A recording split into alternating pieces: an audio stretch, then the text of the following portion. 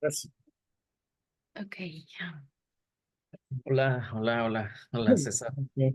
Está- la verdad ya ni quería hablar, pero digo, bueno, pues voy a, relacionado con lo que supuestamente había pasado después, pues no ha habido mucha facilidad para dormir y aparte de eso como que hay, como si hubiera un mal humor, pero no hay precisamente identificación ni con el mal humor, pero tampoco con lo que está alrededor.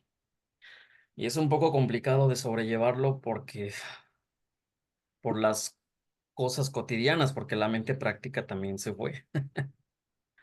Entonces dice, bueno, le decía a Nati, ¿sabes qué? Como que quiero hacer una pausa porque siento como que esto ya se quedó así como muy saturado. Y la verdad, de repente escuchaba los videos y volvía a escuchar los que había hablado, los compañeros y eso. Pero no sé, como que está una parte, ahorita estaba trabajando y de repente hay trabajar, pero no hay como que estás ahí, pero a la vez no sabes dónde, si estás adentro o afuera, ¿no? Y pues no sé qué esté pasando, ¿no? Es preguntarte qué está pasando, ¿no? No sé.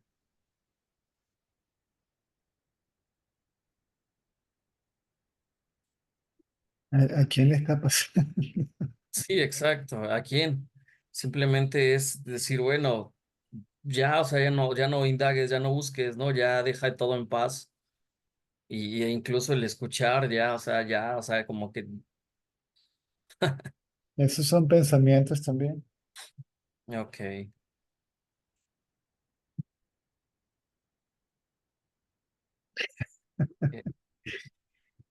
pues, Lo que sucede es, hay, lo que uno es no duerme. ujú, Y mientras más uno se hace consciente de lo que uno es en la vigilia, eso continúa en el sueño onírico y en el sueño profundo. Lo que uno es no duerme. Entonces pareciera que uno se mantuviera consciente de ser prácticamente todo el tiempo. Definitivamente el cuerpo se cansa, tal vez principalmente la vista, ¿ok? sí, eso. Y uno sienta como, voy a cerrar los ojos un rato,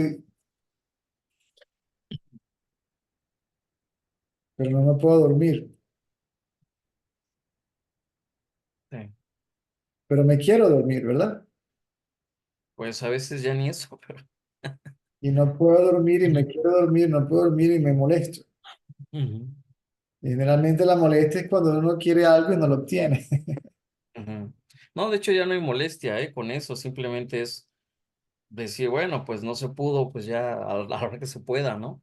Pero ¿cómo Al se va otro día no esté la- buscando la- lo mismo. esa es la parte que hay que entender. ¿Cómo se va a poder dormir si lo que uno es no duerme? Ok,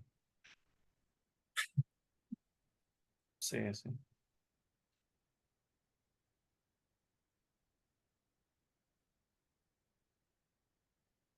¿Cómo se puede dormir si lo que uno es no duerme?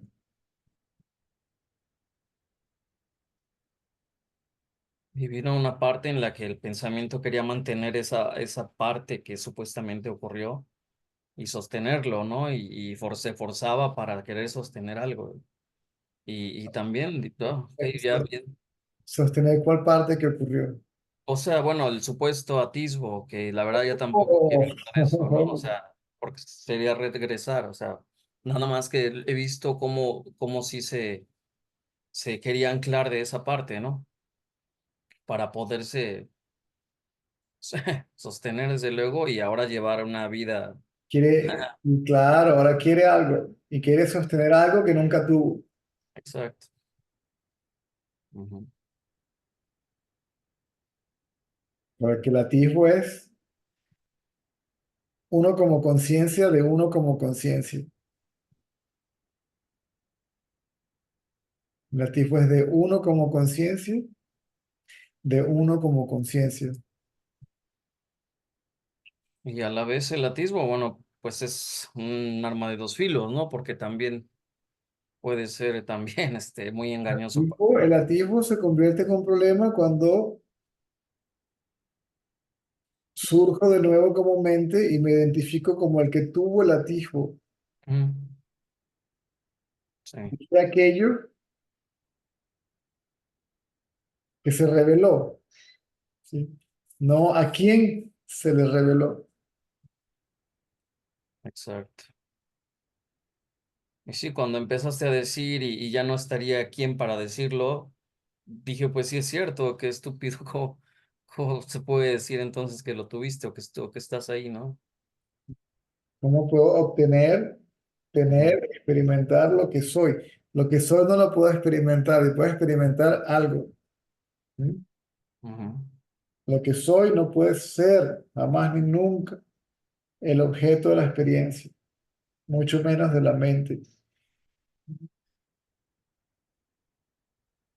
sí, sí. Es que bien que como fenómeno pues también se fue porque se me iba a hacer un rollo ahí medio. Como fenómeno se fue que, Bueno, la parte esta de la mente práctica que había quedado y que se decía, ay, sí, no, ya, más relax, ¿no? Y no es que esté batallando con los pensamientos, es simplemente que...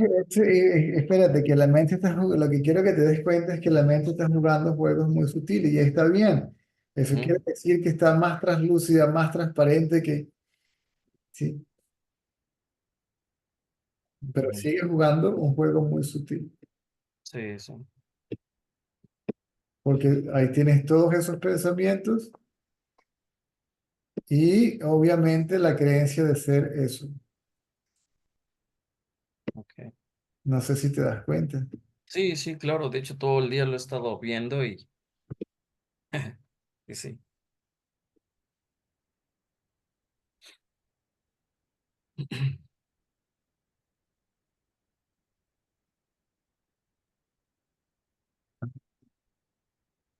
Ujú, Muy sutil, pero sí, claro.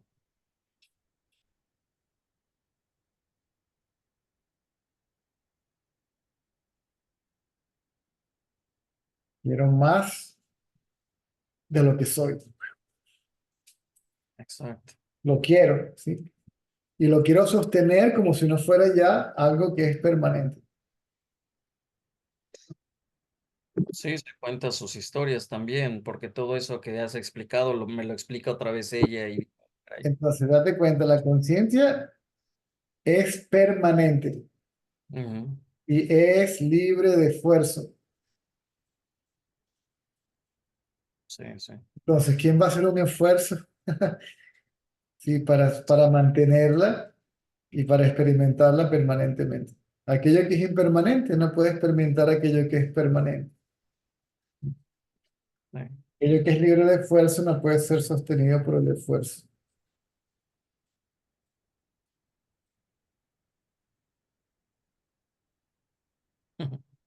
Sí, sí. Ok. Es ni hablar. Perfectamente bien que hablo.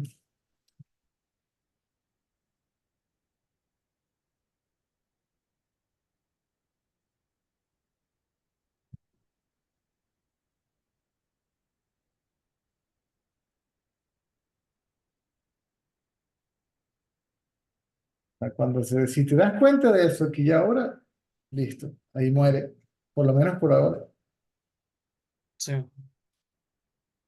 porque el que tiene esos pensamientos se calma sí, sí. y se disuelve.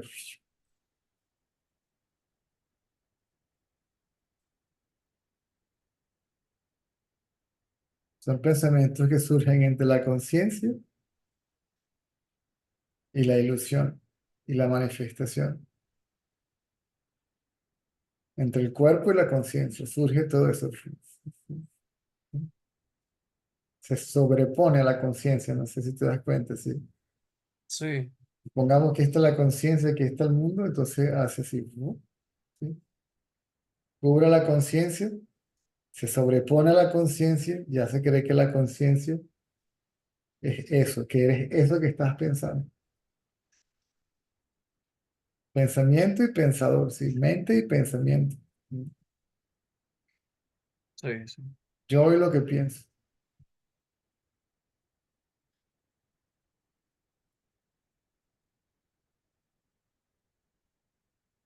Esa calidad de pensamiento egocentrada, ¿m? Identificada, Ujú. la capacidad de pensar continúa. La memoria no se pierde, la capacidad de sentir no se pierde. La forma de pensar cambia. Sí, sí. Sí, de hecho, bueno, luego no quería trabajar. Ahorita puedo trabajar y no estar peleándome con no quiero ni trabajar, ¿no? Claro, porque es la frustración, es que la mente es la conciencia, uno es la conciencia y uno es la mente. Sí, sí. Sí. Ujú. ¿Mm? Entonces uno como mente se frustra porque quiero ser la conciencia, quiero Sí, sí. y no puedo. Así. La quiero prolongar y quiero. Ujú. Sí. O quiero dejar de pensar para siempre. Ya esa es la mente otra vez. Son pensamientos. Ujú. Es Sí. todo.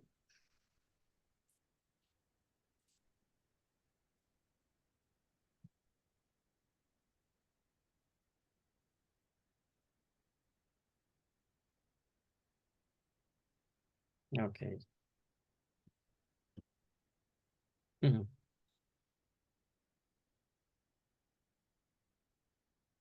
Hasta que suene la campana, entonces.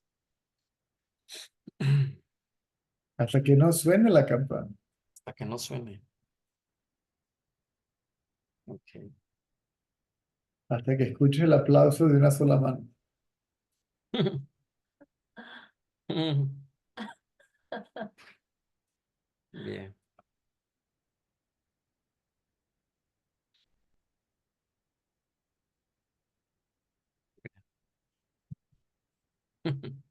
Ok. Gracias, César. No, no, es natural. Y ni siquiera nada de eso está pasado, son solo pensamientos. Sí, pues es lo que se Nada de, esperaba. nada de eso tiene la más mínima realidad. Es una Ujú. construcción mental. ¿Sí? Sí, sí.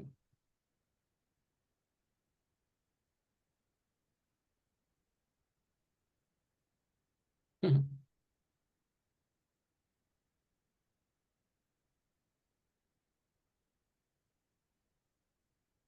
Ujú. Ok.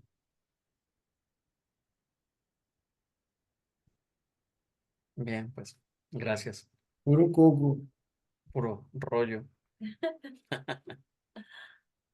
Así decimos en Venezuela, puro coco. Ujú. Se lo comió el coco. Poco wash.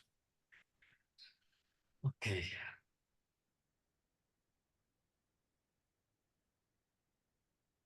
Pero aquí entre nos, César, luego me descontrola, porque luego de repente, no, ya voy, ya no quiero ejercicio, voy a vender todo lo de los ejercicios, no, ya, ahora quiero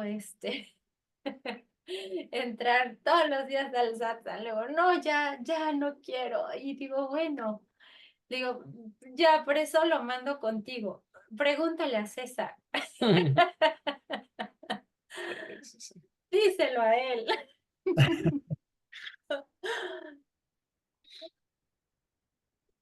Y luego se enoja y luego días así que muy bien y digo, bueno,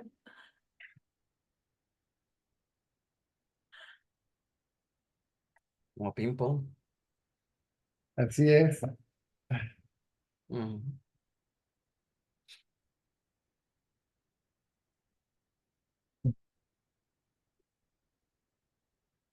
Sí, sí, sí. ¿Qué? Ujú. No sé. Sí, sí, sí, está bravísima. Eres una perra bravísima. Sí. También tiene su coco wash. Doña Lola. Sí. Generalmente no hace eso una noche, pero, porque es que mami no ha venido a sacar a caminar. Y ahí tiene que llevarla a alguien para que le limpie cuando sí sale. ¿Tú sabes cómo hacerlo? ¿Ah? Llama a mami y dile que hay que estar pendiente de Lola, porque, bueno, llámala por el teléfono. Bueno, llámale, pregunte que se acuerde que hay que sacar a Lola, que anda por aquí haciendo travesura. Llámale desde ya, que desde el cuarto por aquí. Llámale desde el cuarto para que no se meta la conversación acá. Gracias. Ujú. Bien, bien.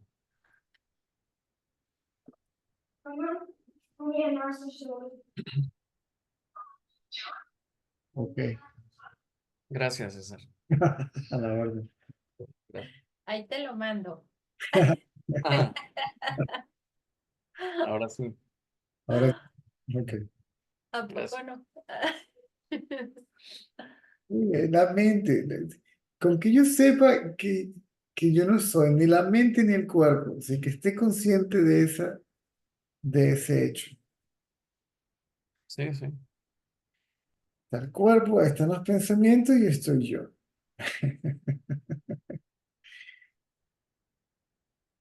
sí, sí. Yo creo por ahí quedan algunos miedos o cosillas por ahí que no se dejan salir todavía, que No importa, déjalo así. bueno, ya saldrán. Si no es en esta, será en la próxima. ¿Qué próxima en nuestro momento? En la próxima reunión. Ah, Ya, le cambio.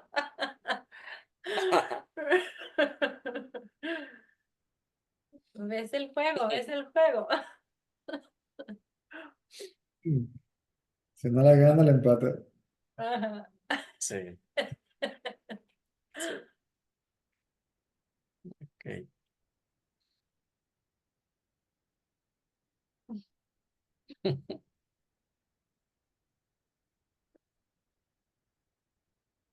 No quiero pensar más. Basta. Sí, estoy pensando que no quiero pensar más.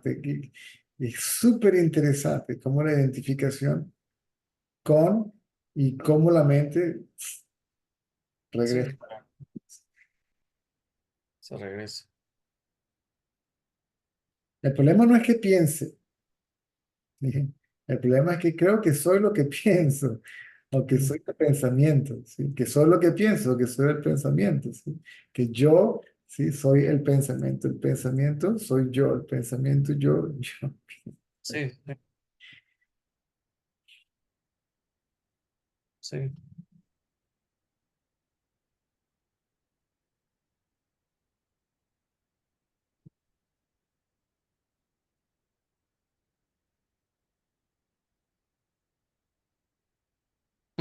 Ok, ya con eso ya. ¿No? Sí, pero eso es más que suficiente. Sí, sí, claro.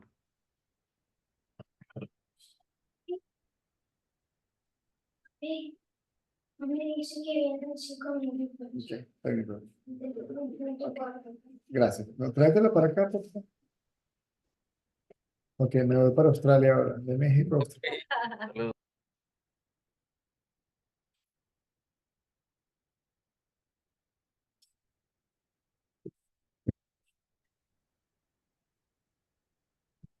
Hello from Australia. Hi, bro, how are you? Good, how are you?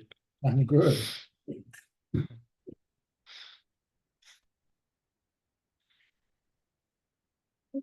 Talk to me. I'm listening.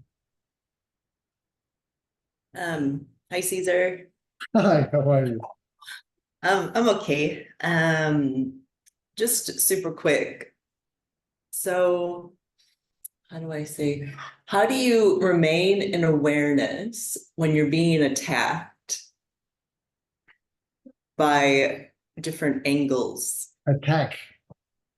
Yeah, I'm having a bit of an issue, like quite a big issue at work, and I'm being attacked. I'm trying to be eliminated, essentially. Trying to eliminate me like the mafia. They can't. They can't even see you. Mm. The question is,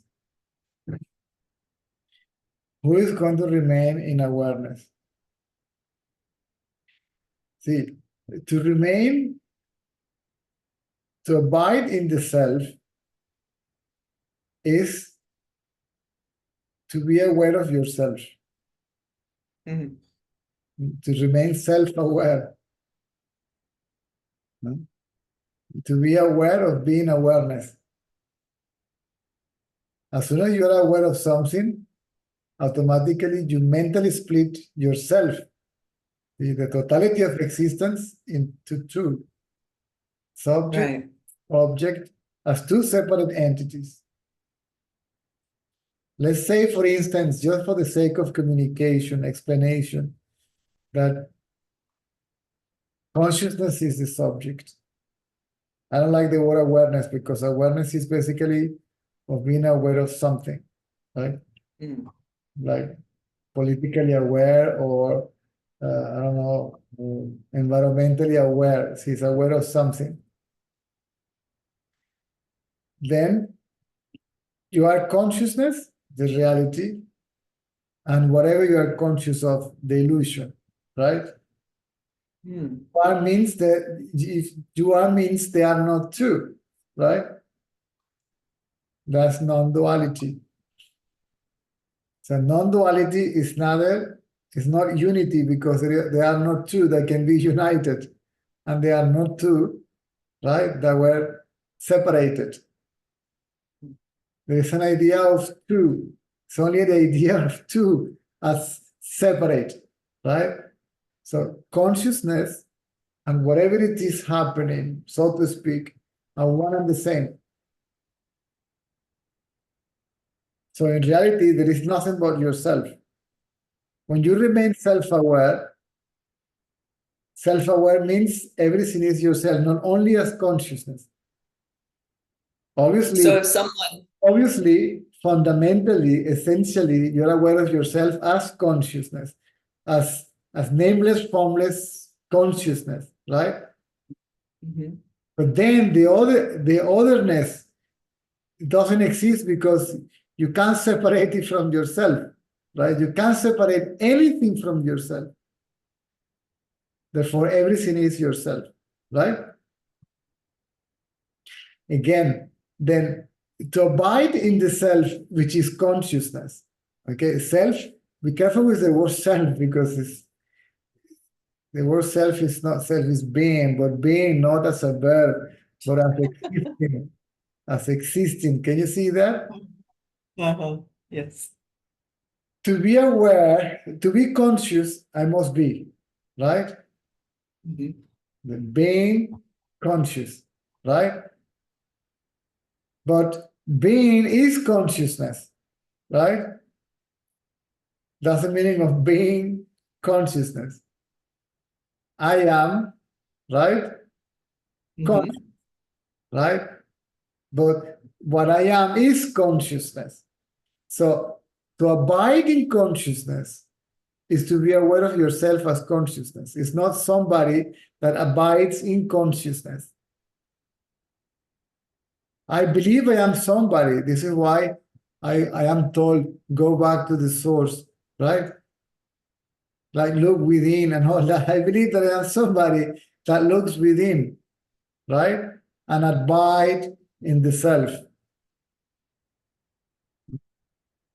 That to look within is to look at yourself, right? That is self-abidance, I think is the word, right? Mhm. That is self-awareness, that is self-inquiry, and that is self-knowledge, that is self-realization. Are you following? Yeah. Then, when you go out mentally, you mentally go out, automatically there is I and something. Yep. When you rise as the ego, right? Identifying yourself with the body, and now there is I and them, and they are attacking me. And how do I do with all this? What kind of a spiritual aikido should practice? None. Because it was really strange the other day when this all started. I actually didn't have control over my reaction. Like my body just went into like a shock and I got super upset and I tried to center, but I couldn't. It was really strange. It was so embarrassing because I just like had a panic attack and I was like, no idea. Now, try to center is another mental form of self-control. It's a controlling mechanism. Okay, Right. center, right? You're thinking, talking to yourself. Oh, good Lord. Just be yourself. See, yourself.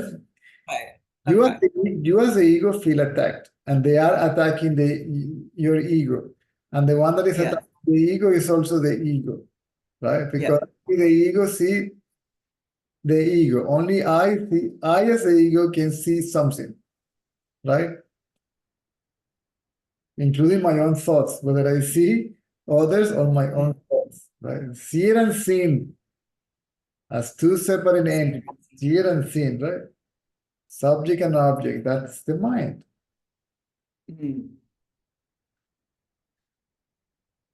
I and you, I and this, I and that. Right? This I that appears to be self-aware, right?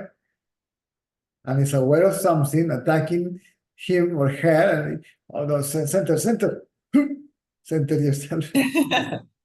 It's quite hard. Impossible. It's impossible because the entity that is trying to get centered doesn't exist. Right. It's a thought thinking. See? Telling to itself, calm down, ignore them, self-center, center yourself. See, abide in the self. Yes. Yeah, it's a thought. It's a thought thinking, right? So how do you like not react? How do I just stay like a stone, like just stare at them? It's not react. It's just you look to the source of the reaction, from where this reaction emerges. The reaction is thought, right? So from where all these thoughts arise.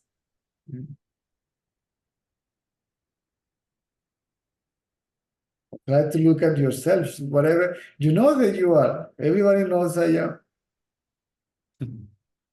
And then there is this person at the office or whatever it is, okay, attacking me.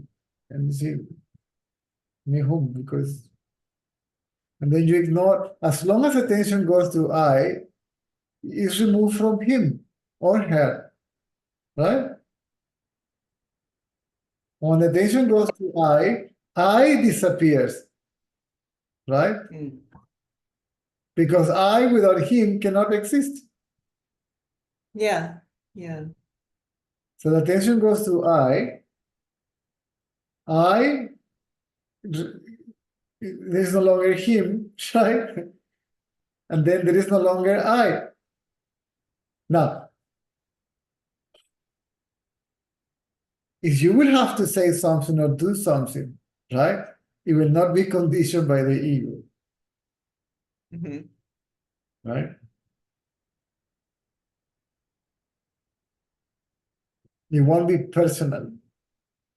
It won't be, right? It's yours. The mind as a tool, no longer as a self. It was never a self to begin with. So the way we think changes completely because there is the thought process is not ego-centered, right? It's not about me. It's not centered on me, right? As the image of myself, this mental self-image, right? Which is obviously based in identity. Who is the body? So this person is attacking me. Mm. Me means body. As long as me or I means body, all the ego center reactions will be there. I will feel attacked or I will feel prized, right?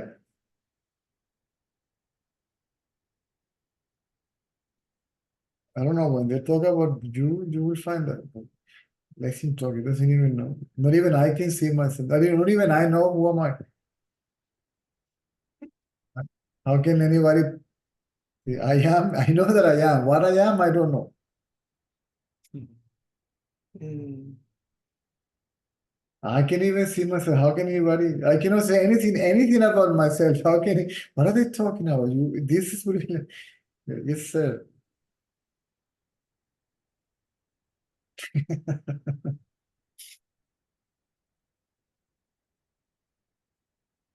You will begin to look and sound weird.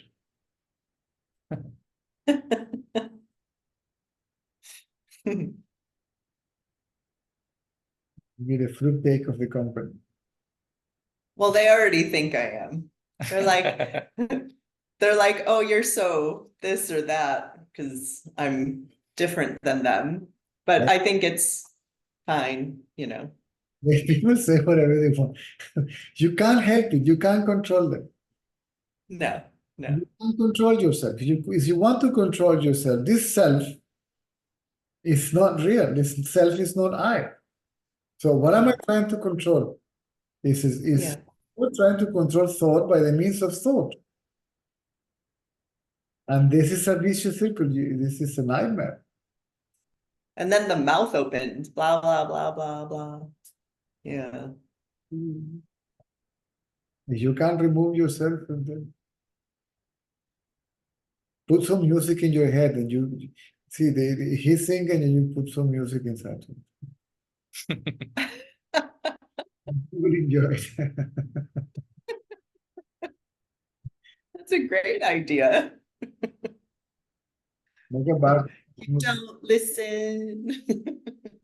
make a background of music and internally. Start like up in your head. People can say horrible things about you. You don't care. It can say beautiful Yeah. things about you. You don't care because you Okay. want, right? That's a good reminder. That's the only reminder. Who are you?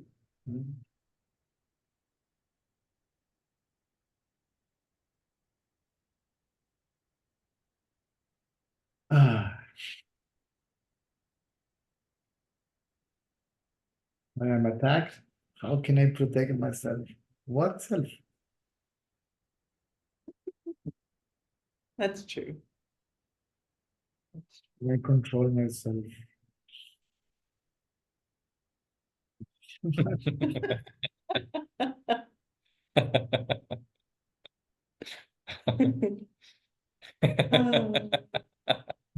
Oh. Self is not real, right? No.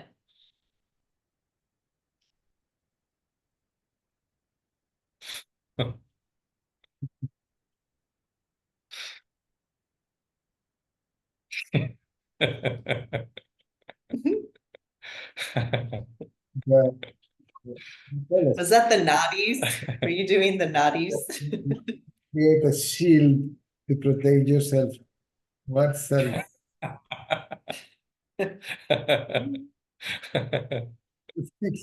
Feels nice though. You may think that you are protecting yourself. This is also thought that see, I've been protected. I'm safe. This is thought. See, I am protected. I am safe. Nobody can touch me. All this is thought. Yeah. Yeah. But Mama, there's no separation, so what can you protect against? if there is nobody that you're protecting from whom? Who else is there? I don't know.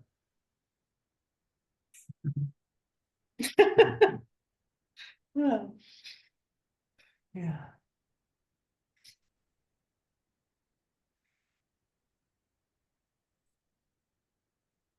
And I think it is like, this is what I've realized the last few months that have been really challenging, that it is the ego really strong, trying to fight for survival. And it's been so physically exhausting. But what are you trying to survive, like in a Shark Tank? I'm in a Shark Tank, essentially, trying to hang out with the sharks. They sound like a Bob Marley song. Fight. I should be a songwriter. For survivors. He looks like Buffalo Soldier. I think I'm going to change my job and be a songwriter. Survivor. In a Shark Tank. Trade.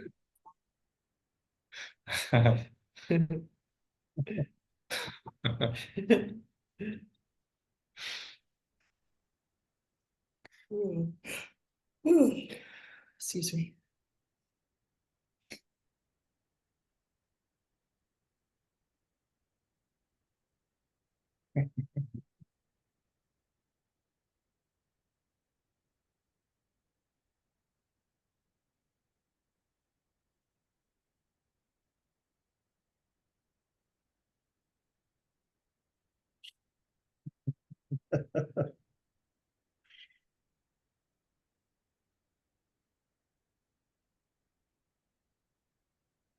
Otherwise, you will have to use this. They call amulets. It's called amulet. Like Amulet? something to protect Like you. a stone or whatever? Yeah, from evil eye. Oh, the evil eye, yeah. It's from the evil eye. The evil me eye. Evil eye. Yeah, I never understood that. Even for that, there must be a recipient. If there is no recipient, whatever is thrown there, it has to go back because nobody catches it. It's like throwing it to the sky. It will fall on that person's head. You don't even have to send it back or anything. It will go back. Good Lord.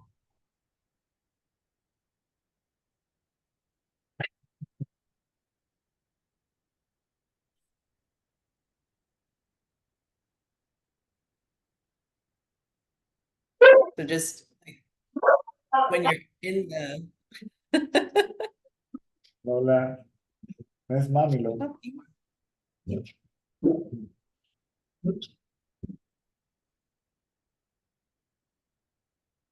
She's green banana. She wants to go out. Yes, mommy. Yes, mommy is back. Mommy is going to pee and then you're going to pee.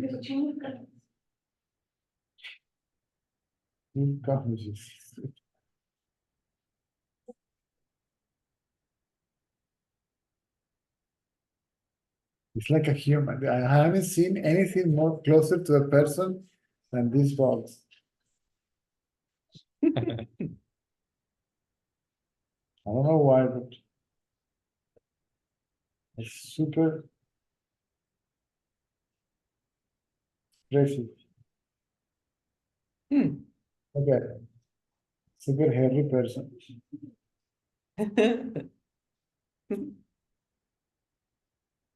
So I have to go into my meeting soon. So when I'm in it, should I just be there? You forget yourself. That's the whole point. See, Just forget yourself. yes, you have to be self-aware all the time until you are self-aware effortlessly all the time. The inquiry is not, again, this, you do this 15 minutes, 20 minutes a day, only when you have a problem, this doesn't work.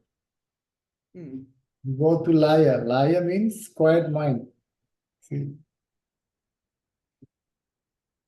I see. It is I, quiet, I. The I is thing, is body. If you remain quiet, right, then the mind dissolves. And this is NASA. See? One is stillness, another one is instruction. Thanks. Deep sleep, the mind is quiet, isn't it? Mhm. You go to bed and you feel attacked, and then you fall asleep, and then you and the other guy, the attacking, all that is gone, Yeah, and you're happy. Right? yeah, And because that's nice. the only thing that is there is you as consciousness, right? Only aware of you as bliss.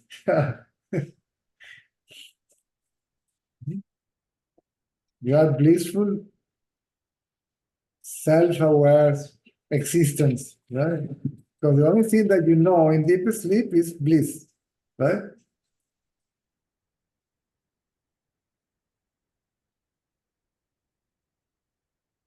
So you have to remain aware of that state, of your natural state, your reality, during the awakened state. Mm. When you are conscious of the surrounding and yet aware of your reality. And then the surroundings cannot be conceived as a separate entity.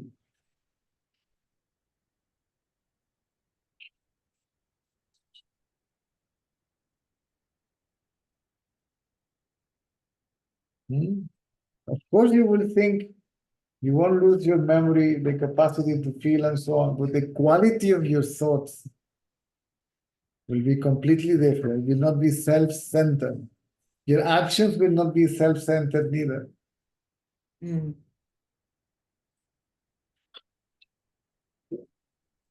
The so-called transformation, but it's not you who gets transformed. It's the way you think and, of course, the behavior, right? Because the behavior goes along with thought. If the mind doesn't move, the body doesn't move.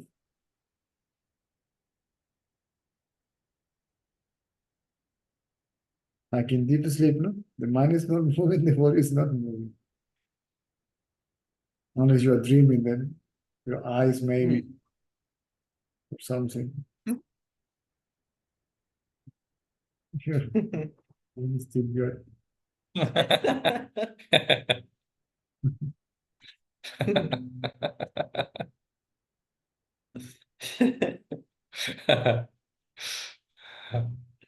You are Bruce Lee. That'd be cool. Spiritual Bruce Lee. You're building a magnetic field to shield, protect yourself. Your dream is still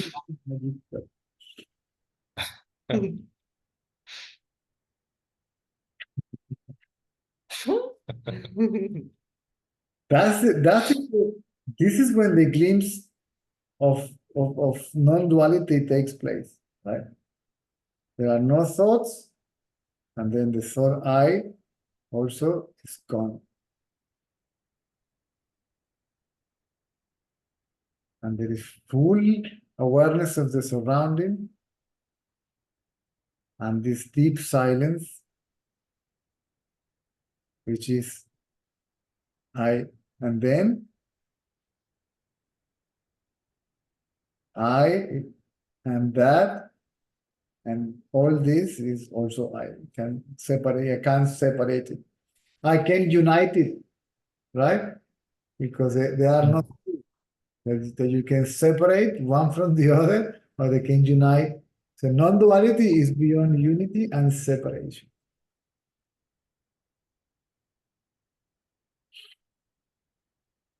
That's advice. It's so simple. It's really very simple.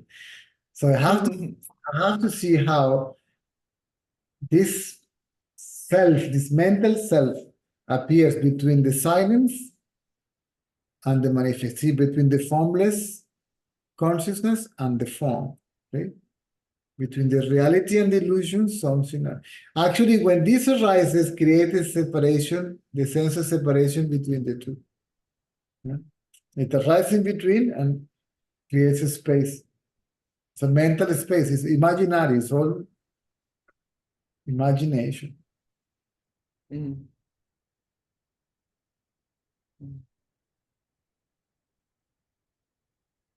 I better go. Thank you, Caesar. Where I is the body, it's no longer consciousness, right? What appears to be that is no longer conscious. I is the body, right? And the body is conscious of something, right? As a separate entity. See, I and that, two separate entities. Yeah. If it is consciousness, see, not two separate entities.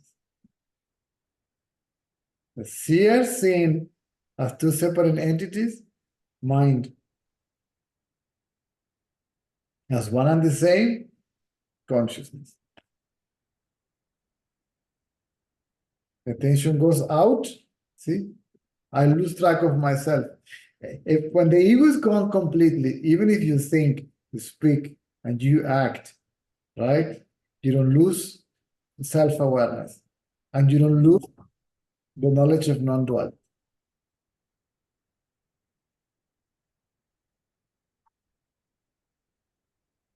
The mind is not perceived also as a separate entity. The thought process, where is the thought process? Can't be separate from you neither.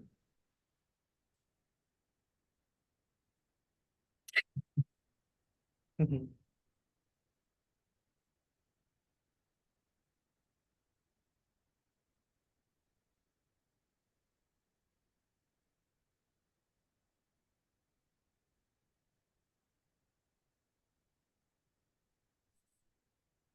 You make me laugh too. What?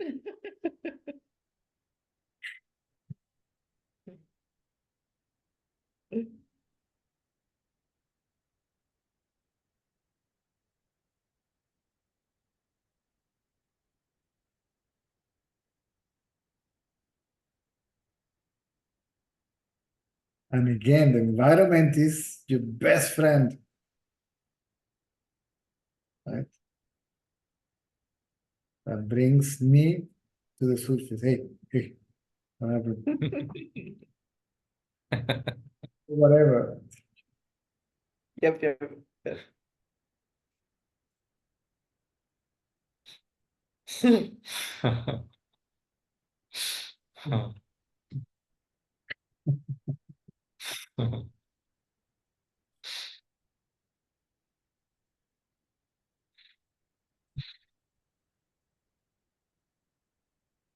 Um, Mm.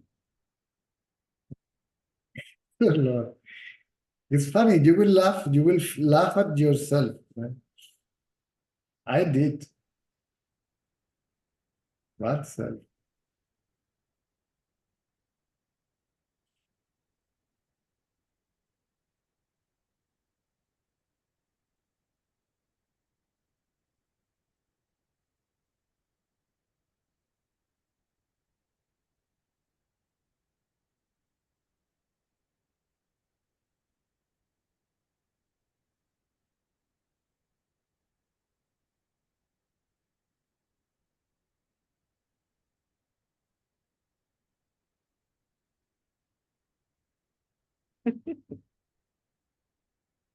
Thank you.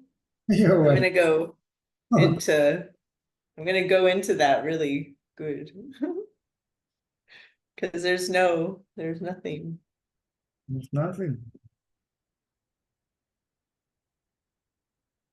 There is nothing and there is no one.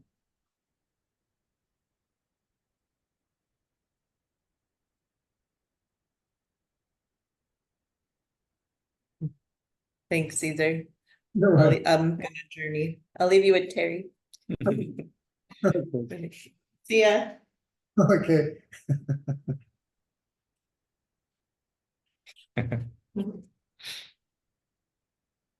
Oh God. Can't get over it.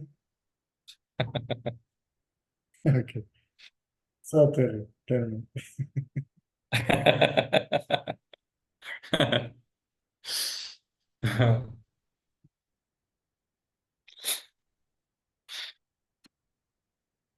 It seems like Seems like only. Only seems like. Go on. When I do go to talk, When you what? when I go to talk or Ah, reply or yes, it's easy to become like it can happen so quickly, like identification. yes. Right. Yeah. Again, the moment comes when that doesn't happen. When you are speaking, right, or talking, or thinking, right? But there is no identity whatsoever with it. It happens spontaneously. So this thought, these words, these actions are spontaneous. Let's call it non-conditional, unconditional, right? Or they are not self-centered, whatever you like to call it, right? Mm.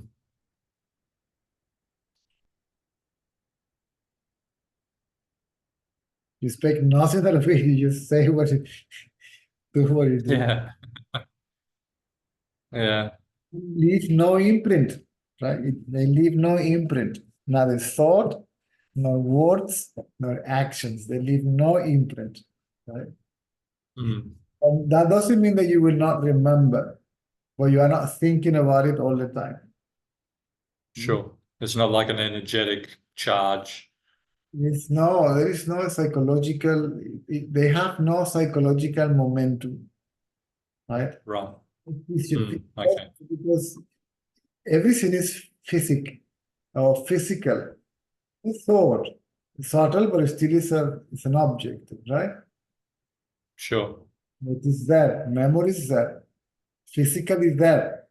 If you need to collect it, you need to pick it, right, and bring it back for the sake of practicality to remember where did I put the keys or what did I say yesterday in the morning.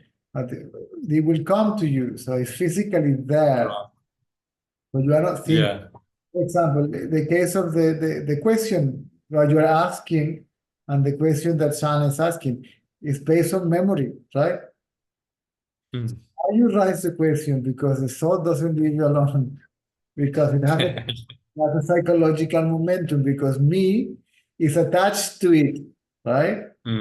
Yeah. You detach the me from it, or you remove the me from there, from the picture, and then the memory goes back here to, that's it. If there is a me attached to it, is here, right? Right. Yeah, sure. So the imprint is left, right? I got impacted by the attack of whatever it is. Can't get over it. Oh my God. Yeah. Yeah. You carry that with you, as you, because you seem to be identical with it. Identity, It's a identical. story. You can be busy, you can be super busy the whole day, right? You can look after a lot of things. That is not the problem. See? Again, the capacity to think, the mind as a function, see, or the intellect and the memory, right? The knowledge that I have, some sort of a condition that is not psychological, right? Which is nearly, I don't know, the way you drive, the way you cook, or the way you write, huh? The way you hold your tools. Okay, you use the calculator, the computer, whatever it is, that is the psychological aspect of the thought process, right? Which is me. Uh-huh. Me creates the other, right? Yeah. including thoughts. See, I and the thoughts. There may be only the thoughts, right? The knowledge that is necessary for this moment, whatever it is. You can work as in a control tower at the airport, right? It's a very busy job. Copy royal no, you go 3,000 feet, no, you go down, you go more coffee, right? Right. Fine. I will bring the stress into it, the worry, the preoccupation, the fear, right? Right. That is thought. See?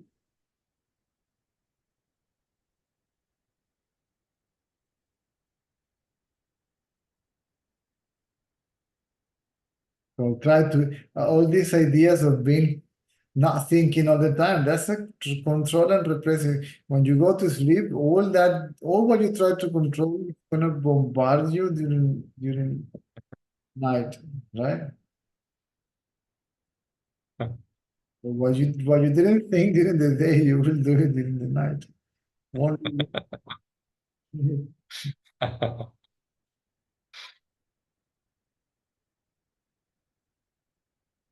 Otherwise, you put your head in the pillow, you hit the pillow, you knock down. Boom.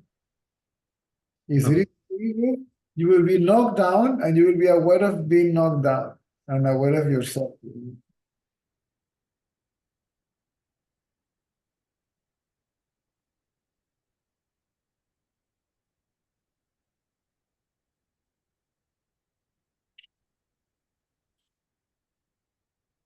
Is that what dreams are? It's a blessing, it's an exhausting blessing because the poor body doesn't rest, right? But dreams are there to release, see, to help you to release a little bit of all that stuff. Right? Sure. A form of meditation because you have no choice, right? Uh-huh.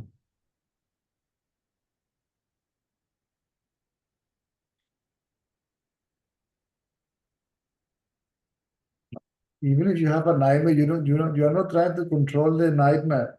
You're full on this choiceless awareness of the nightmare, right? Right. You wake up, you still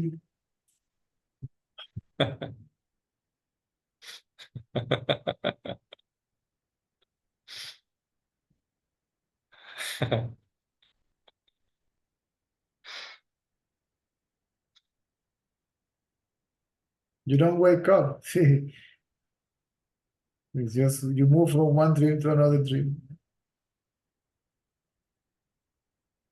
You don't wake up, you go on dreaming. It's like a theater with two halls. You go from one cinema hall to another one. This is a waking movie, this is dream movie.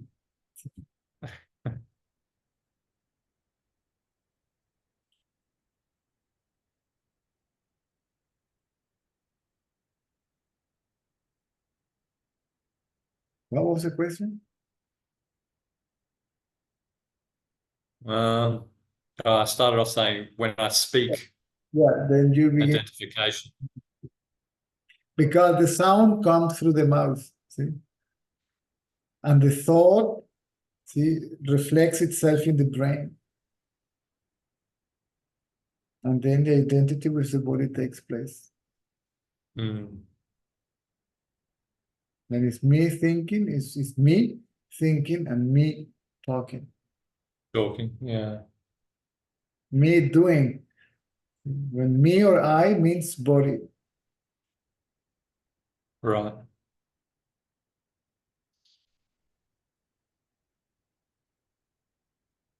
It's a natural state, but the beginning seems to be weird or new, but it's always like that. We are not aware of it. I asked this question to Mr. Ratan, sir, am I going crazy or what? They found that it's like I am always quiet. When talking or doing something, I am always quiet and not doing. See, I am not doing, and I am not thinking and yet thinking, and I am not talking. Yet.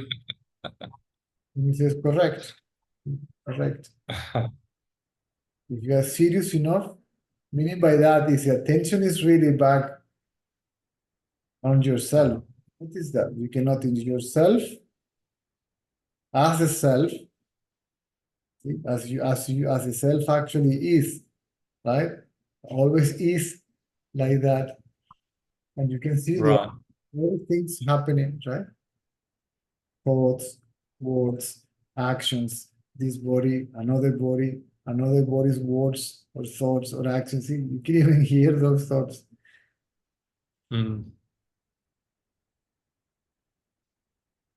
It's all that it's all that phenomenon, right? Taking place, right? And you're aware of that, and the silence where that is happening, right? Uh-huh. You can separate what is happening from the silence where it is happening. See, you can separate the phenomenon from the consciousness where phenomenon takes place. Right?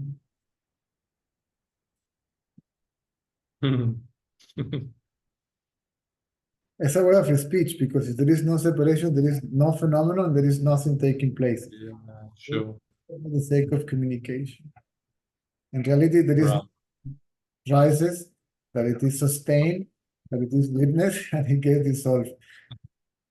Yeah.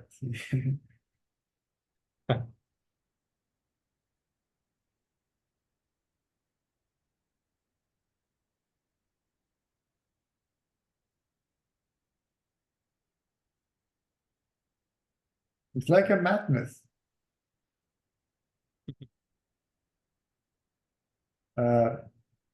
It's like a sane madness. I don't know. Yeah, yeah. I'm noticing that there's stories that I've had that like repeat every day. There's like it's not as interesting anymore, or it's like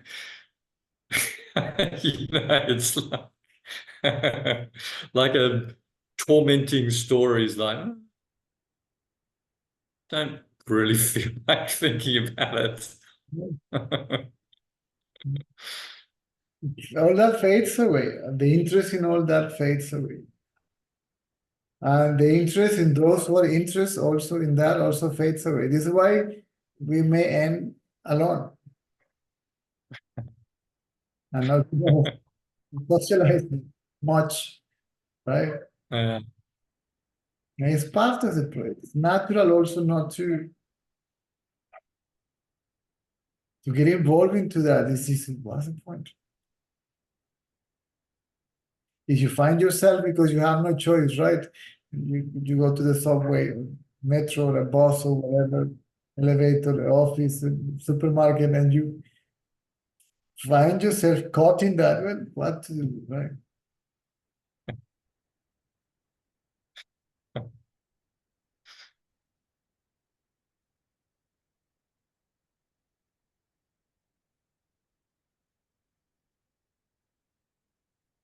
You are not caught in that.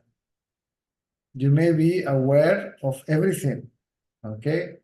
Culturally, socially, politically, economically, but you are not caught. For the outlooker, it's called outlooker. Yeah. Uh-huh. Outlooker, you may appear to be caught because you are thinking and talking about it. And the other person that is caught will project that on you. If I am caught Right. to this, you are also caught into that. Whether it's politics or, Sure. or religion or spirituality or whatever, right? Uh-huh. Well, you cannot not be, it's not separate from you, right? Yeah. How can you miss that, right? But you are not trapped. Well, that is trapped in you. That's different. Can escape from you. It's trapped in you. So you are not affected. You are not bothered by it. Right? Again, for the outlooker, it may appear to be so, right? Sure. You can talk about anything, you can do anything. All this, keep quiet, keep quiet. This is, you have to say something, you say. You have to think about something, you do. You have to do something, you do.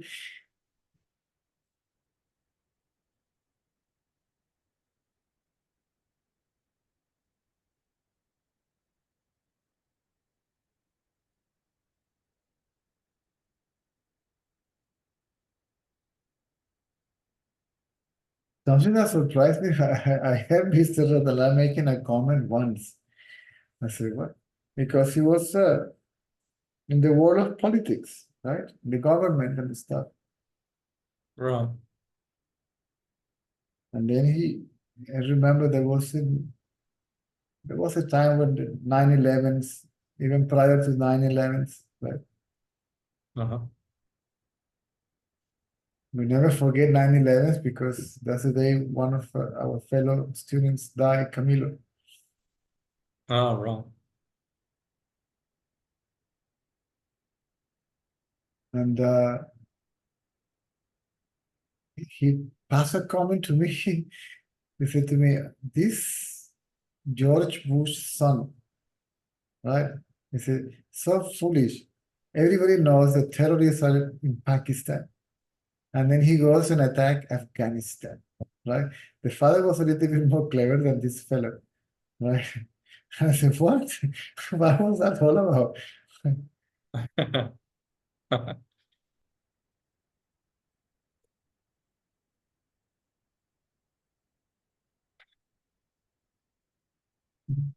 So, But there was no psychological no. trail.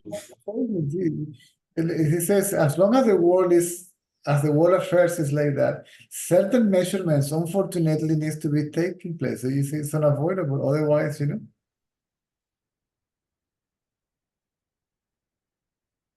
when we see all the security measurements in the ashram, and then suddenly we had beeping machines and all that stuff, I say, my God, all that is necessary, right? Really necessary.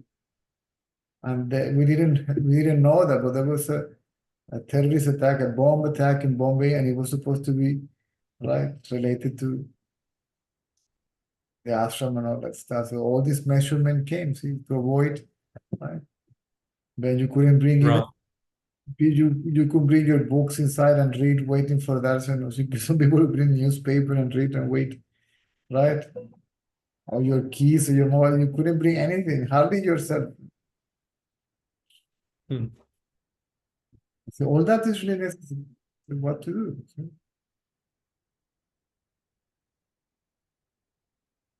Like Arjuna, is this really necessary?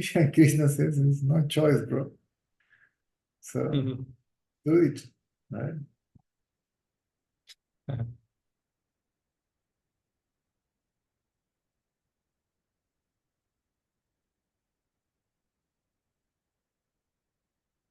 When the ego is gone, you say, well, what activity is necessary anymore? See, you can drop this body now. Dropped it already. Right? You already drop it. Mentally, you drop it. It's not I. Right? Right. Gone. Right? It's again, as you drop it in the sleep state unconsciously, you drop it consciously in the awakened state. It's gone. Mhm. It has to go. Go. No problem. Right? Right. And then you say, what else? Whatever, right? Okay. Let's get it for some time. Whatever needs to be done, let's do it.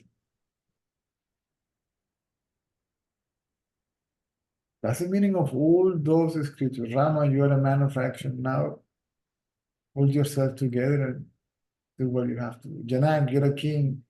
Act as accordingly, right? Go back to the Right. go on, right?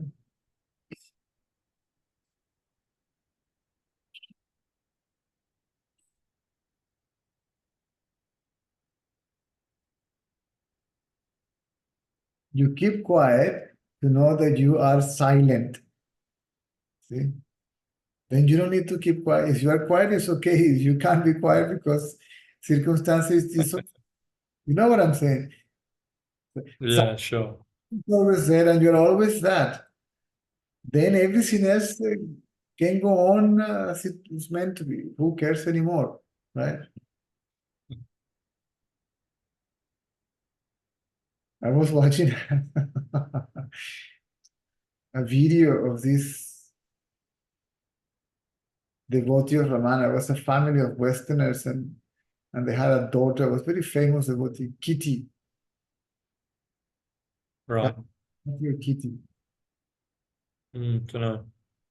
a small girl. But it's an old woman already. I think she lives in North India. And I said at that time, anything, we could go and approach to Ramana, to Bhagavan, and say to talk about anything. He will not object, right? Right. We as kids will go and show them our new dolls. This one that closes and opens the eyes by itself. Look, Bhagavan, we got this, and he will take it and say, "Oh, look at nice. Oh, yes, it open and close the eyes. Very good, right?"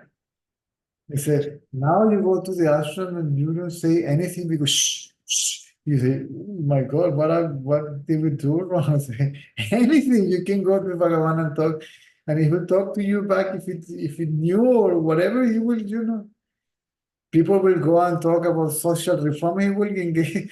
It's an idea that Ramana was like that all the time. Right. Yeah, sure.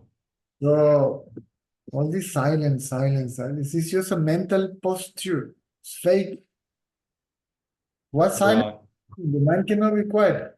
The fact that there is a waking state means that the mind is active as the awakening state, as it's meant to be. Nothing wrong with that. Right. It is still not even quiet, but it's still in deep sleep, right? So Right. you keep it still as it was in deep sleep, right? And yet it should remain awake to make more clear, right, that you are that which is beyond the mind, which is silence itself.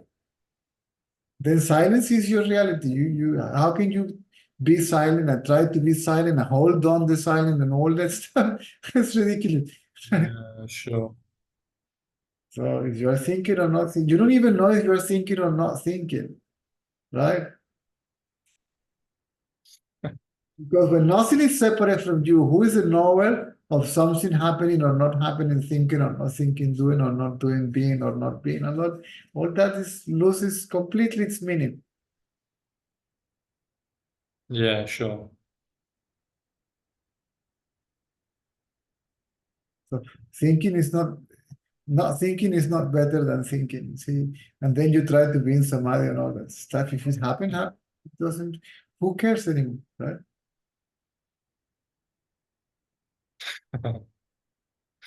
No, Bhagavan, you will talk about people can go into sometimes.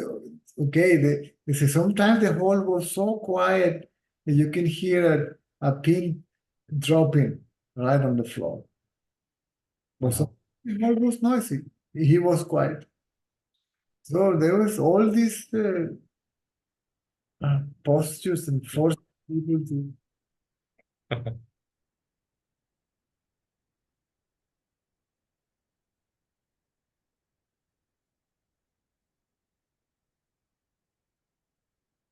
Natural, right?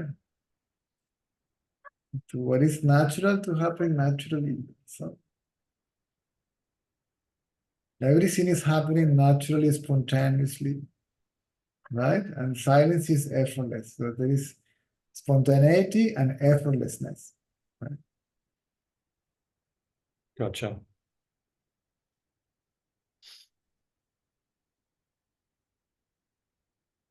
Hey, Caesar, do you know someone called Amber Terrell? Huh? Amber Terrell? And back to row. That's the same as your last name, isn't it? Hmm? Terrell is your last name, right? Teruel, yeah. Teruel, yeah. That's my surname. Terrell. Yeah. Oh, there was just someone a few years ago here in Perth named Amber Terrell or Really Teruel. interesting. Yeah. Well, probably like 10 years ago or something like that. And apparently she was a teacher and she used to sing kirtan. And Really. I just wondering if you knew her or not, or if she was related or. In Venezuela, there are only two families with that Teruel, and they are related, but we never got involved, right? But Right, Teruel is a province of Spain, in Spain, Teruel. right. And there is a very famous book, story, a love story, The Lovers of Teruel. Many people Oh, okay. People say that Shakespeare stole this story from there. Oh, And okay. the Lovers of Teruel, it was like a very happy story. But then Uh-huh. Shakespeare turning into this love and hate to teach something with the story. So it seems that Teruel are coming from there, because in Spain, all these surnames are coming from some lineages. Right, right, sure. It's supposed to be like a bloodline. So, but no, I'm not aware of that person. Okay.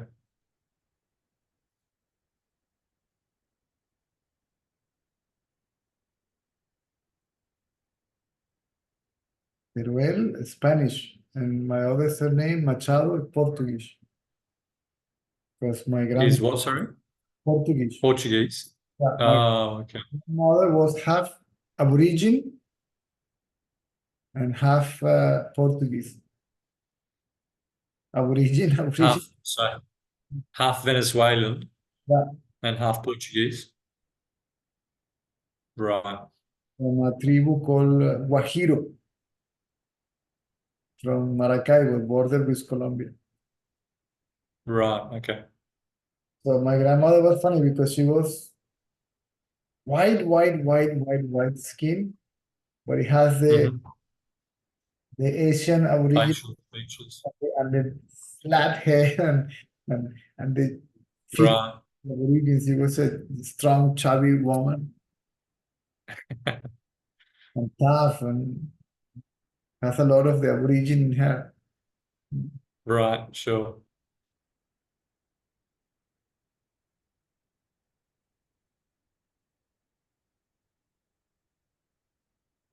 My bloodline is a mix of my grandmother, then married with some. My family is coming from. Apparently, the story says, as I tried to follow the track for some time, they were gypsies, Oh, okay.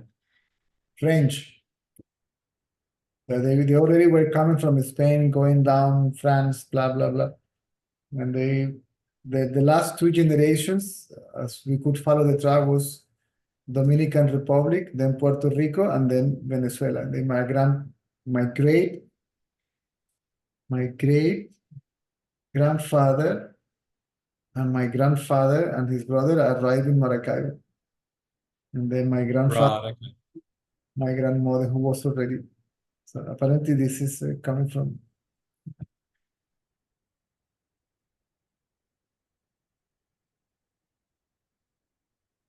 Hmm.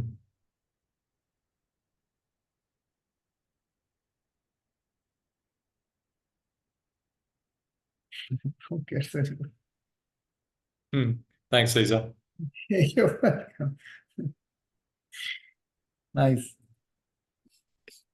Cool. Lucero, México. Mm. Hola, buenas noches, maestro. Tengo una pregunta, bueno, son como varias en una. mm, la indagación, bueno, antes de esa. Yo estudié biología y para mí el término impronta es O sea, es un término biológico, por ejemplo, con las tortugas en donde nacen, se improntan de ese lugar, entonces vuelven a ese lugar año con año a desovar. Entonces, mi pregunta es si cuando se habla de que se liberan improntas, ¿es lo mismo decir improntas que creencias que memorias? Hay de dos índoles, físicas y psicológicas. Por ejemplo, este cuerpo que es el cuerpo humano son cualquier cantidad de células, ¿verdad? Que se juntaron para crear un organismo lo suficientemente capaz para sobrevivir mejor, si se quiere, ¿verdad? Con una mayor capacidad de supervivencia. Hasta el punto que el ser humano prácticamente no tiene competencia. El ser humano no tiene prácticamente una amenaza a menos que sea por accidente, un tiburón, un volcán, un relámpago, sí, o algo por el estilo, un rayo. Pero de lo demás no hay nada que lo amenace. ¿Mm? O sea que su capacidad de supervivencia es extraordinaria. ¿Ok?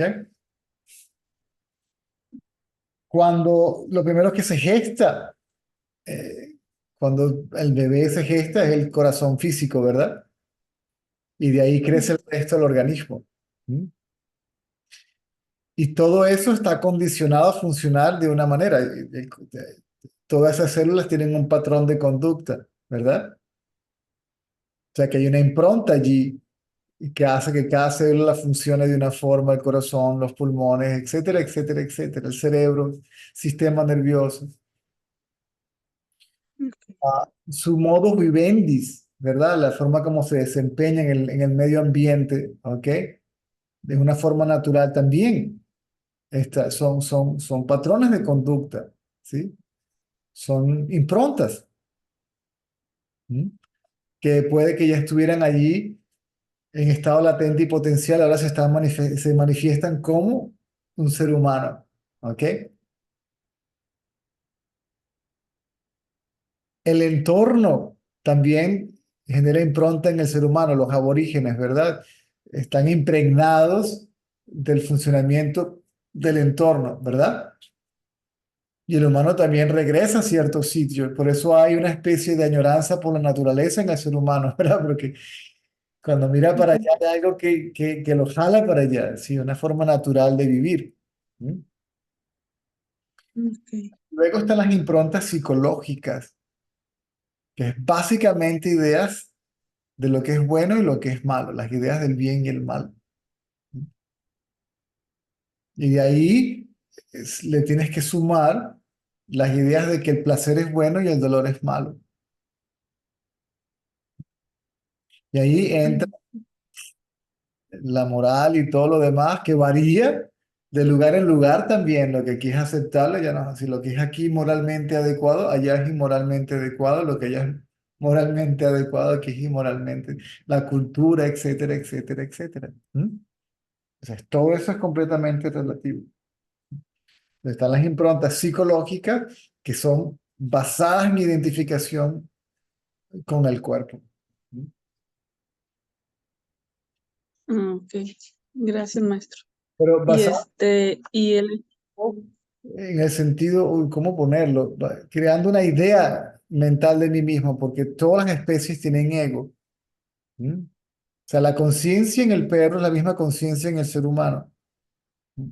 Y la identificación en el perro, ¿sí? Ahí también cree que es el perro, ¿verdad? No piensa, soy un perro, pero está identificado como el perro. El ser humano desarrolló el pensamiento en una forma mucho más avanzada, desarrolló el intelecto y creó una imagen mental de sí mismo. Esa imagen mental de sí mismo es lo que se llama, esa es la entidad psicológica, la persona, el ser individual, etcétera, etcétera, etcétera, hasta el punto de crear que hay un alma individual en el cuerpo que transmigra y va y todo lo demás.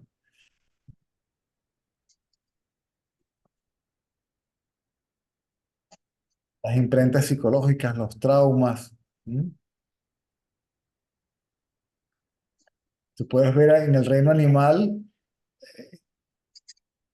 esos seres que han pasado por situaciones difíciles, pero tú no ves realmente una impronta psicológica en ellos. Ves las cicatrices en el león, ¿sí? De todas las batallas que tuvo con otros leones, pero una imprenta y una impronta, un trauma como tal por todas las batallas que tuvo, ¿no? Puede que haya un reconocimiento en él de otro león que sea más fuerte, ¿ok? Y como mecanismo de supervivencia baja la cabeza, ¿verdad? Para poder adaptarse, para poder sobrevivir. ¿Mm? En el ser humano funciona, el ego es un fenómeno interesante.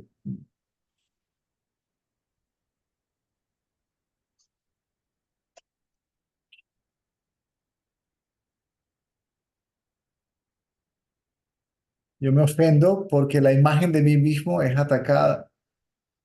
¿Mm? Cuando me humillan, ¿verdad? O sea, realmente hay una carga ahí psicológica, ¿sí? Que se le suma a la física, ¿mm? Y que cubre la física que es natural. ¿Mm? Cuando un musulmán eh, fundamentalista, por supuesto, que tienen todo ese conocimiento es uno del mismo, ¿verdad? Cuando se sienten atacados, ¿m? Uy, el trauma colectivo sufrido de ciertas culturas religiosas en el mundo, ¿ah? Pobrecitos nosotros que hemos sido perseguidos y nosotros, ¿sí? Y se genera esa especie de dolor psicológico colectivo, ¿ah? Que ni siquiera es físico, porque aquí y ahora no son atacados físicamente. O sea, yo puede que ahorita físicamente no me esté atacando nadie, pero internamente cargo la memoria, ¿sí? De haber sido atacado y sufrido y que soy una etnia del que está sujeta a racismo. ¿Me sigues? Sí, Puedes ver la diferencia entre la parte física y la parte psicológica, ¿no? sí, sí, maestro. Un oso hormiguero puede estar un hormiguero, ¿verdad? Pero tú no ves un congreso de hormigas, nosotros, los que fuimos atacados por los osos hormigueros y estos osos racistas y son antisemitas, anti-hormiguitas, sí, anti nada. Esa es su naturaleza. El oso hormiguero come hormigas, punto. Y ya buscarás una forma, sí, de sobrevivir, ¿no?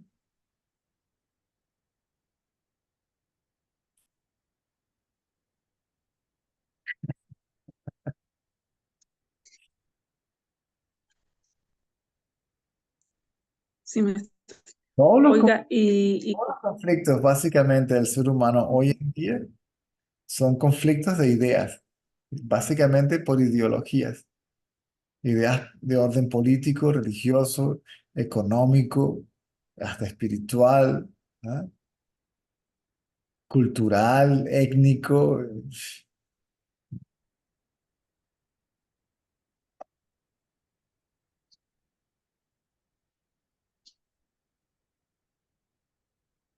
Una imagen que se enfrenta a otra imagen y entran en conflicto debido a las diferencias, ¿ah?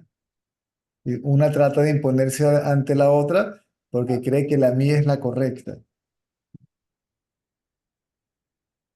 Entonces yo trato de imponer la mía a la del otro. Y la del otro tal vez es natural en su medio ambiente. ¿Me sigues? sí,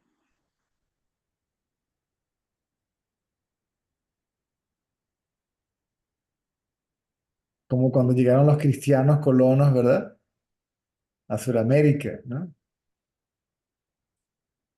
Hasta el sol de hoy, en las cosas absurdas, por ejemplo, en esta isla en el trópico, que es súper caliente y húmedo, la gente aquí durante el día se pone un blue jean, ¿sí? Medias gruesas y zapatos cerrados.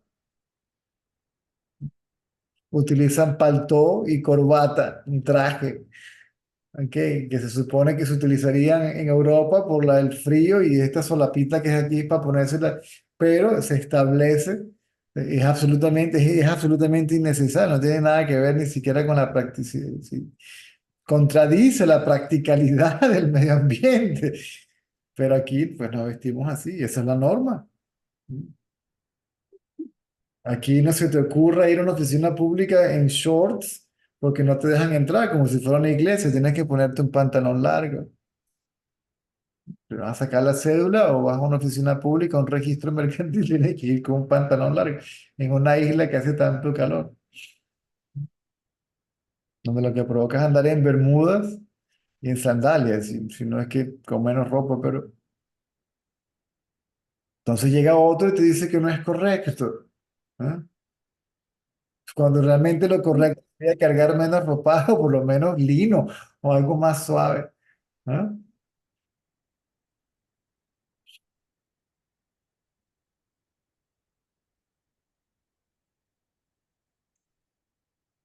Esa es la diferencia entre el animal y el humano.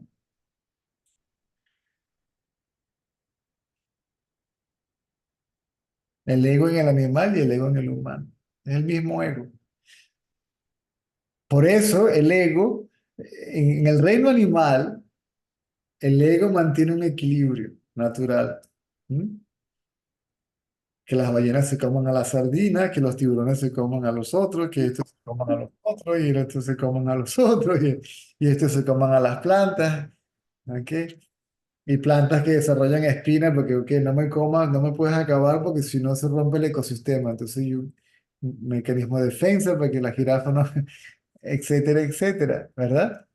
O sea, pero en el ser humano el ego ya no es, eso es un mecanismo de supervivencia basado en competencia que es violencia. Si le quitamos todo el romanticismo a la luna llena y al resto de la naturaleza, lo que te queda es un fenómeno netamente, maravillosamente pragmático, extraordinario como tal, ¿verdad?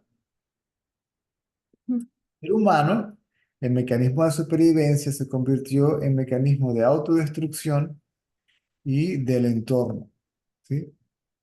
Del hombre acabando con el hombre y con el entorno, como una especie de bacteria, ¿sí? Como un virus que llega a un sitio, acaba con todo, después que acabó con todo, se muda a otro sitio y va comiendo y comiendo y comiéndoselo todo. Entre ellos, ¿sí?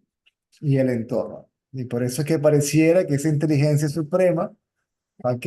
Para mantener un orden dentro de su propio eh, hábitat natural, ¿ok?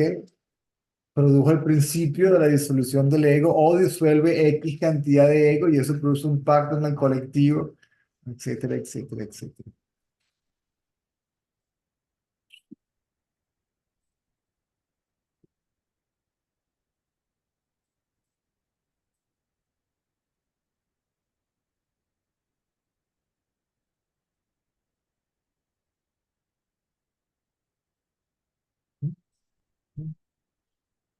Ah, okay, are you sure there is an event tomorrow with a competition of cars or something from the school?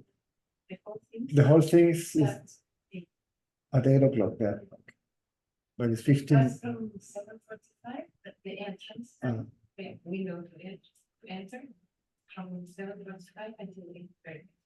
it's okay. So But they're gonna be all. it's just 5 minutes further from the school. So- Sorry. Party at 5 p.m. with people. Oh yeah, I read. But a friend of the Uh-huh. offered to bring him there if we don't. Okay, cool. I haven't told her yet if we're going or not, but she offered if we don't go. Okay. Cool. Y ahora los colegios de aquí tienen unas actividades, todo, por todos lados lo que ves es Dios mío, qué locura.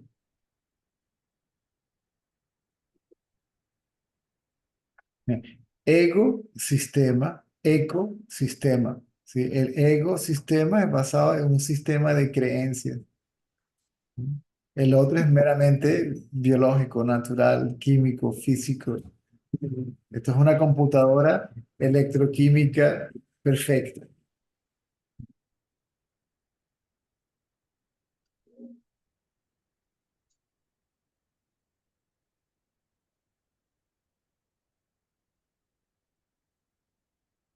corrompida, es como un virus, ¿sí? Es como un virus en el cuerpo. En este caso, el virus es el pensamiento como tal. O la forma de pensar egocéntrica, porque hasta un perro puede que tenga cierta forma de pensamiento, ¿verdad? En su forma. Tiene que haber una forma ahí para reconocer X, ¿no? El ser humano se convirtió, el ego se convirtió en un virus que contradice inclusive, ¿eh?, el modus vivendi natural de este organismo. ¿Qué es lo que hace en el ser humano la espiritualidad realmente? Desaparece el ego, ¿verdad? Entonces hay el reconocimiento de todo como ti mismo. Eso trae al hombre, ¿sí?, a una armonía con el hombre y con el resto de la naturaleza. Por lo tanto, se genera de nuevo. O sea, el ser humano sigue siendo esto va a seguir siendo un organismo biológico como cualquier otro, ¿ok? Pero su comportamiento cambia. O sea, cuando el ego sale de este cuerpo, ahí se puede llamar un ser humano. Mientras tanto, es un animal racional y ya hasta la razón creo que la perdió.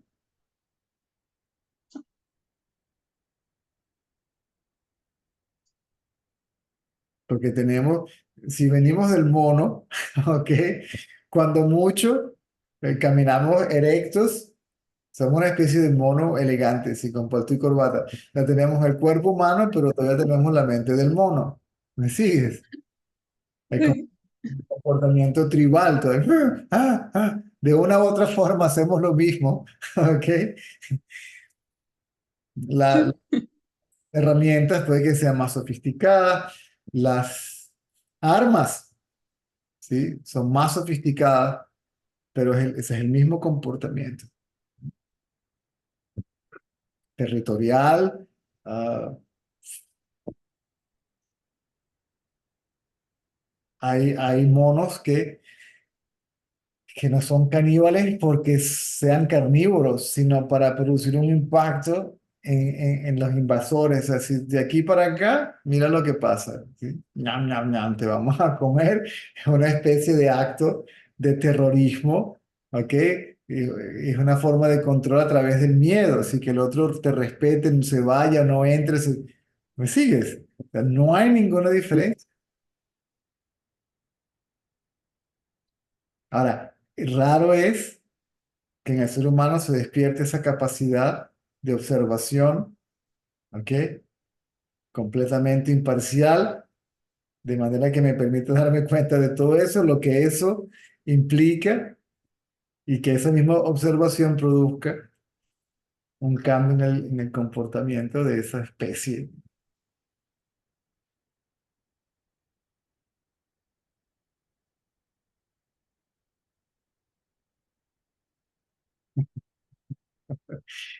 El cuerpo humano, la mente del mono.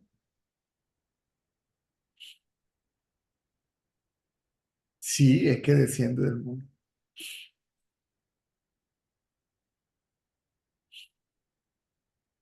aparentemente.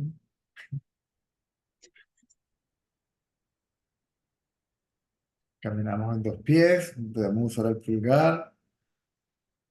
Tenemos menos pelo, aparentemente somos más bonitos, más atractivos, ¿ok?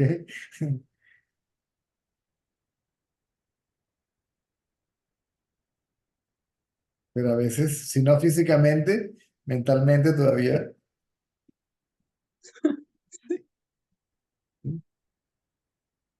especialmente el hombre. De otra forma, pero igual lo hace, ¿sí?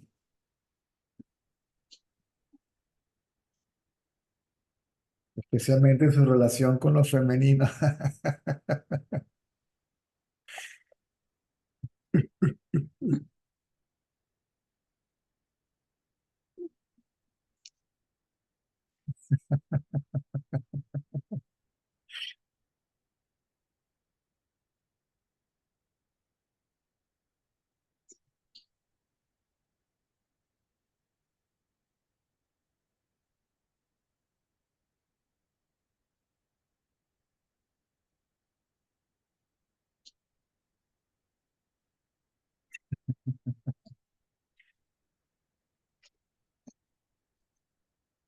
Esos cambios que surgen en el comportamiento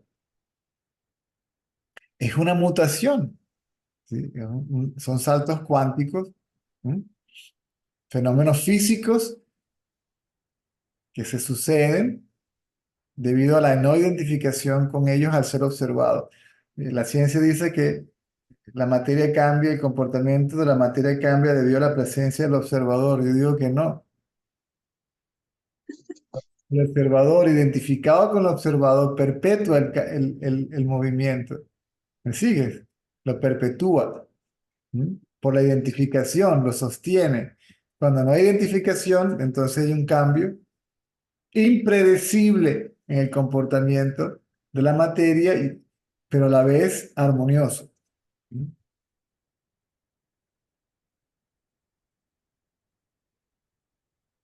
No sé si me explico, tal vez porque sea científica,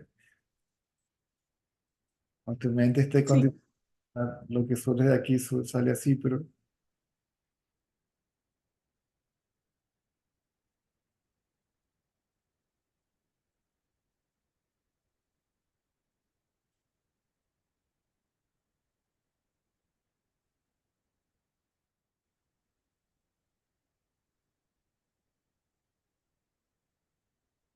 el sabio vive, el sabio es un constante movimiento cuántico. Se han hecho experimentos, sí. Se le ponen estos aparatos en el cerebro, en la cabeza de los monjes, gente que medita, y se puede ver, cambian la frecuencia del pensamiento. Ellos hablan de colapsos cuánticos, ¿sí? Reflejados en aparatos, en instrumentos de medición, ¿no? Al igual que se puede predecir, ¿no? Para que un científico pueda 5, 6, 7 segundos antes que yo saber si voy a decidir chocolate, mantecado, Nueva York o Francia, ¿no?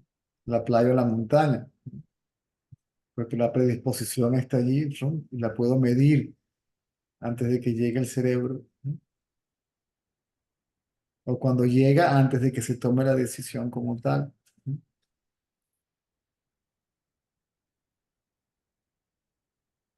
Pero eso no está, eso no está, eso es lo que quiere decir que no hay nada escrito sobre piedra, ¿sí?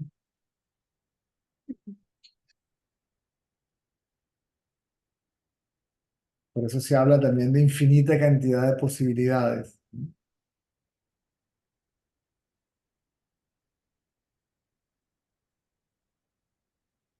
Se dice que lo que uno conoce como universo es uno en infinidad, hay más de lo que la gente se imagina. Simplemente que la capacidad de los cinco sentidos es limitada y la percepción a través de ellos es limitada, ¿no? Muchos cuartos hay en la casa del Señor, ¿no? O sea, todo eso que está escrito, que se conoce y que se entiende como sistema de creencia o religión, es básicamente es conocimiento. Habla de fenómenos naturales, habla de hechos como tal, es descripción de cosas, ¿sí? Que existen.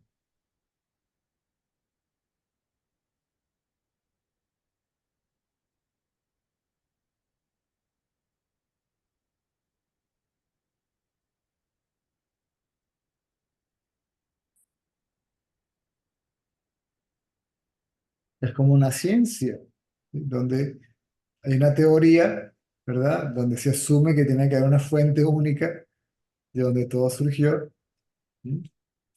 Y luego se piensa en la posibilidad de tener contacto directo y se hace un experimento, ¿verdad? Y se puede confirmar de que existe esa fuente. Lo que se conserva, lo que sucede es que la confirmación de esta fuente es la confirmación de sí mismo como esa fuente, ¿no? Entonces lleva análisis, lleva observación, lleva teoría, lleva conclusión, lleva experimento, ¿no? Y un resultado en particular.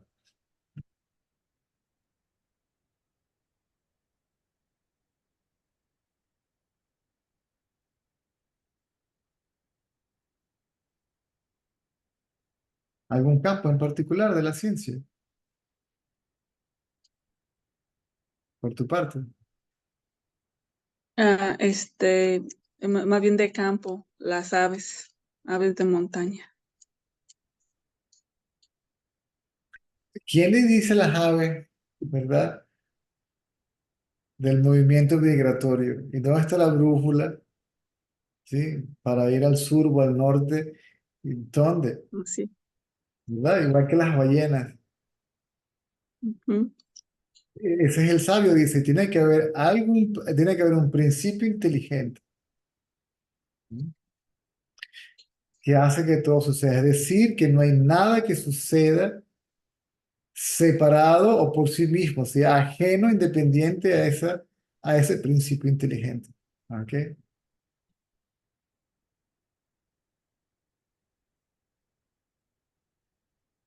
Sí, de hecho la migración se considera un fenómeno.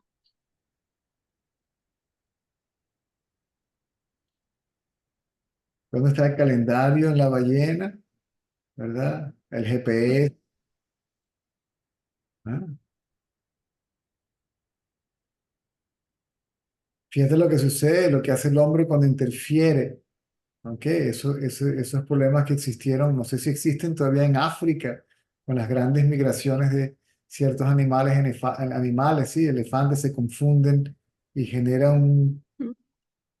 una Sí, especie, no sé, de disonancia cognitiva, si lo puedo llamar de esa forma, donde, ¿qué es esto? Se confunden y produce una, ¿no? sí.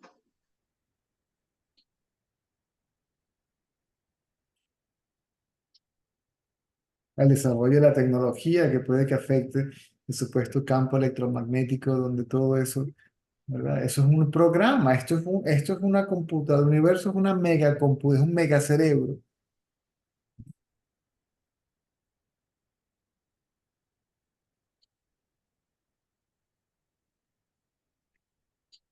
Y tampoco quiere decir que sea malo. O sea, de lengua del ser humano se puede decir que es un mal necesario, porque si no hubiera tenido que ser así, porque fue así, si es inteligencia, es tan inteligente, no se equivocó. O sea, que todo esto es, ¿sí? Por eso dice que hay un plan, pero no hay un plan como, no un plan como uno se lo imagina, ¿no? Como uno lo concibe. El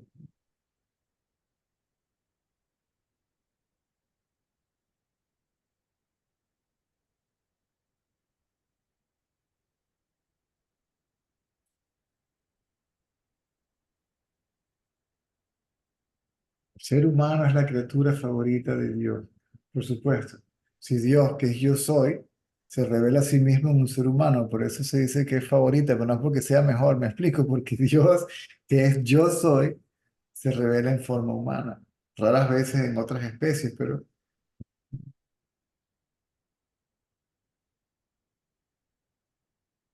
podría ser, haber sido en un mono, estuviéramos aquí hablando.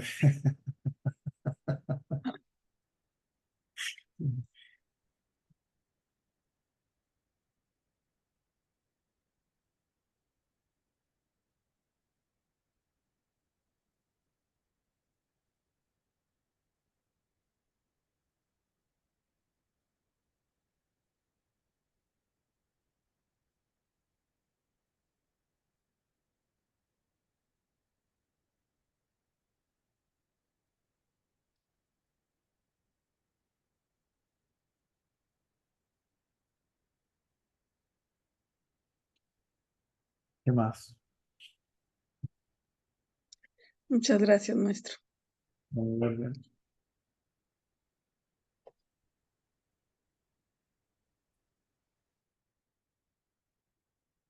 ¿De dónde viene la tecnología?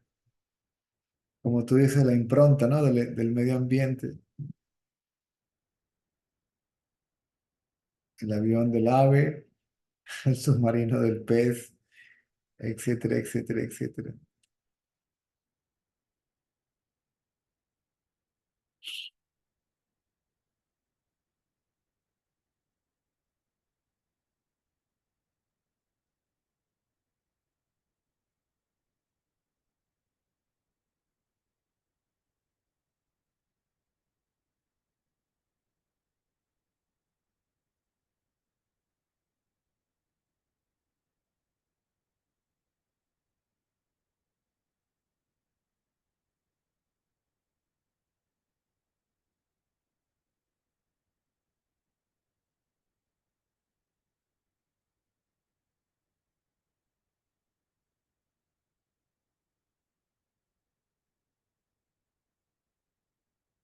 Ok, 10 de la noche. Nos vemos mañana.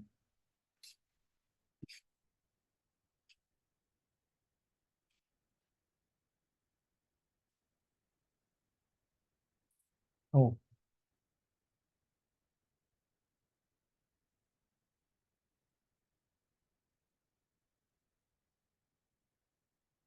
Mm.